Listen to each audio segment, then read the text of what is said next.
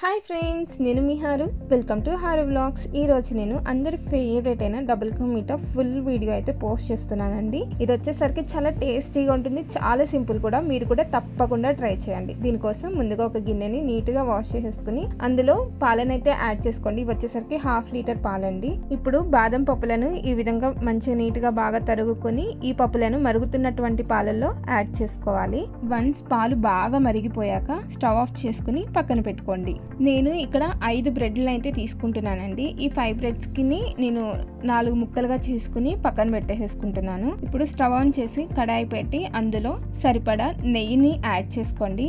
Once నెయ్యి add చేసుకున్నాక మీరు ఆల్రెడీ కట్ చేసుకున్నటువంటి బ్రెడ్ ముక్కలను చక్కగా నీట్గా పరుచుకోండి. వన్స్ బ్రెడ్ ముక్కలు ఈ విధంగా కలర్ టర్న్ అవుట్ అవ్వగానే తీసేసుకుని వేరే గిన్నెలో పెట్టుకోండి. ఇప్పుడు అదే నెయ్యిలో జీడిపప్పును వేసి జీడిపప్పు కలర్ మారాక కిస్మిస్లను కూడా యాడ్ చేసుకోండి. జీడిపప్పు, బాదం, కిస్మిస్లు ఇవన్నీ వేస్తే అంత టేస్టీగా ఉంటుందండి. జీడిపప్పు, కిస్మిస్ బాగా వేగాక తీసి పక్కన పెట్టుకోండి. ఇప్పుడు క్లీన్ చేసుకున్నటువంటి కడాయిలో పాకం కోసం 1 గ్లాస్ షుగర్, 1 గ్లాస్ వాటర్ అయితే యాడ్ చేసుకోండి. వన్స్ షుగర్ అండ్ వాటర్ బాగా మెల్ట్ అయ్యాక మీకు నచ్చితే ఫుడ్ కలర్ వేసుకోండి. నేనైతే ఫుడ్ కలర్ లేకుండా చేయాలనుకుంటున్నాను కాబట్టి నేను ఇక్కడ సాఫ్రాన్ అయితే యూస్ చేస్తున్నానండి. ఈ పాకం కొంచెం దగ్గరికి రాగానే ఇందులోనే బ్రెడ్ ముక్కలను అయితే వేసేసుకోండి. బ్రెడ్ ముక్కలను చక్కగా నీట్గా పరుచుకోవాలి. ఒకదాని మీద ఒకటైతే అస్సలు వేయకండి.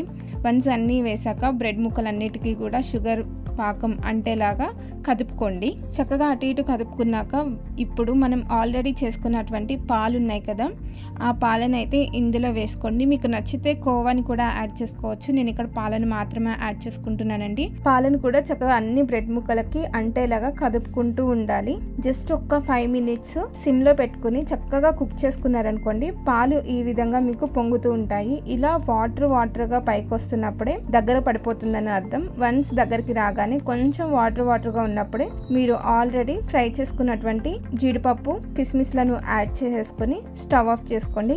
ఇది చల్లారాక తింటే బయటకి కూడా మీకు జీడిపప్పు, కిస్మిస్ తగులుతూ ఉంటే ఆహా టేస్టే వేరండి. ఈ వీడియో మీకు నచ్చిందా? అయితే లైక్ చేయండి, షేర్ చేయండి, సబ్స్క్రైబ్ చేయండి. అలాగే ఈ రెసిపీని మీరు కూడా ట్రై చేసి మీ ఫ్రెండ్స్ అండ్ ఫ్యామిలీ మెంబర్స్ తోటి షేర్ చేసుకోండి. Thank you for watching. Stay tune for more videos.